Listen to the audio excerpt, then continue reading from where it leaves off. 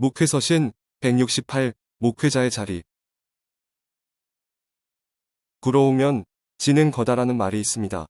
그런데 제게 부러운 친구가 있습니다. 친구는 초등학교 5학년부터 같은 교회에서 자랐습니다.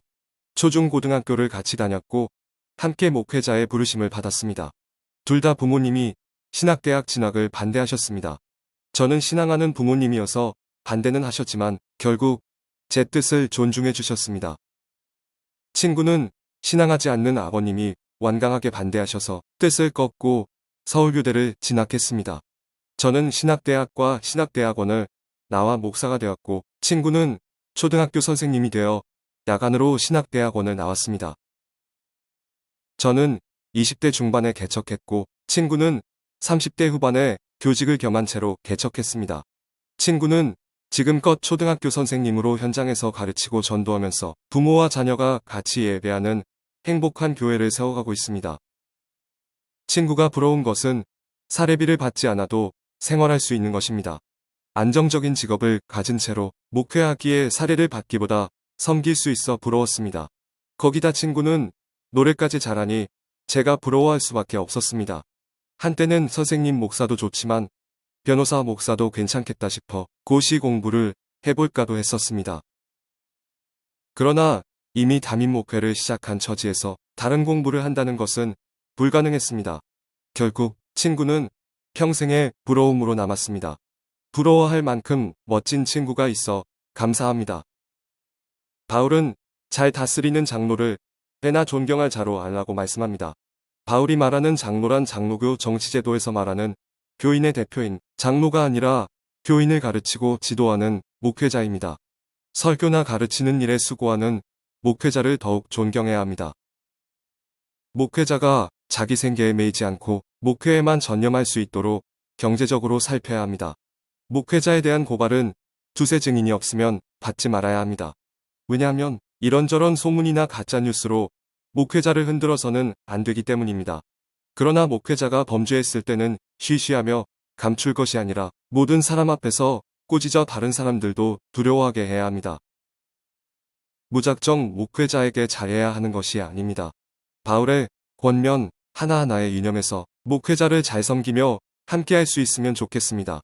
목회자인 저 또한 성도들이 충분히 존경할 만한 목회자, 충분한 경제적인 지원이 아깝지 않은 목회자, 고발하고 꾸짖을 일이 없는 목회자가 되도록 더더욱 힘쓰겠습니다. 나아가 바울은 목회자 디모데에게 일상적인 일들에 관한 여러 권면을 합니다. 이 부분은 먼저 목회자가 깊이 새겨야 할 말씀이지만 부모나 리더들도 받을 만한 중요한 교훈입니다. 첫째, 편견이 없어야 합니다. 일이나 사람, 나아가 말씀에 대해서도 편견을 가진 분들을 종종 봅니다. 스스로는 확신이라 생각하는 그것이 얼마든지 편견으로 자리 잡아 진리를 왜곡할 수 있습니다. 자신의 배움과 경험이 편견으로 자리 잡지 않도록 하십시오. 둘째, 아무 일도 불공평하지 말아야 합니다. 누구도 자신을 불공평하다고 생각하지 않을 것입니다. 그러나 우리는 종종 불공평을 경험합니다. 기준점이 자기가 될 때 불공평을 만들게 됩니다. 아무리 탁월한 식견과 실력을 갖췄다 할지라도 자신이 중심이 되면 자신도 모르는 중에 불공평을 만들게 됩니다. 의도치 않게 불공평을 만들지 않았는지 듣기 싫은 불편한 소리에 마음을 열고 귀담아 들으십시오. 셋째, 아무에게나 경솔하게 안수하지 말아야 합니다. 현대교회가 잃어버린 신앙의 기초 가운데 하나가 안수입니다. 안수는 직임을 주는 것입니다. 안수는 축복입니다. 안수는 은사를 풀어놓는 것입니다. 안수는 사랑의 소통입니다. 그러므로 아무에게나 경솔하게 안수해서는 안 될 뿐만 아니라 아무에게나 경솔하게 안수받아서도 안 됩니다.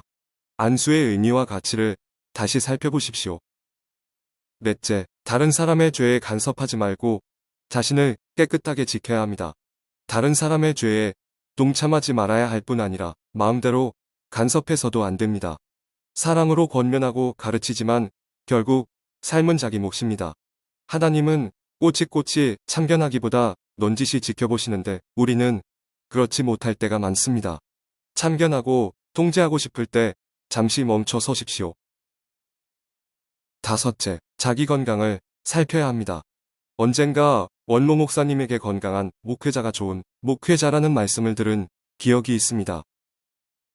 디모데에게 약한 위와 자주 나는 병을 위해 물만 마시지 말고 포도주를 조금씩 쓰라는 말씀이 50대가 되면서 다르게 다가옵니다. 건강한 것이 가족을 비롯한 사랑하는 이들에게 큰 축복입니다. 건강을 위해 할 수 있는 노력을 아끼지 마십시오. 6째, 죄도 선행도 밝히 드러남을 알아야 합니다. 언젠가 감추었던 모든 것이 밝히 드러나 심판받게 될 것입니다. 죄도 선행도 숨길 수 있는 것이 없습니다. 이제라도 들키지 않은 죄에서 돌이키십시오. 알아주는 이 없어도 선행을 그치지 마십시오.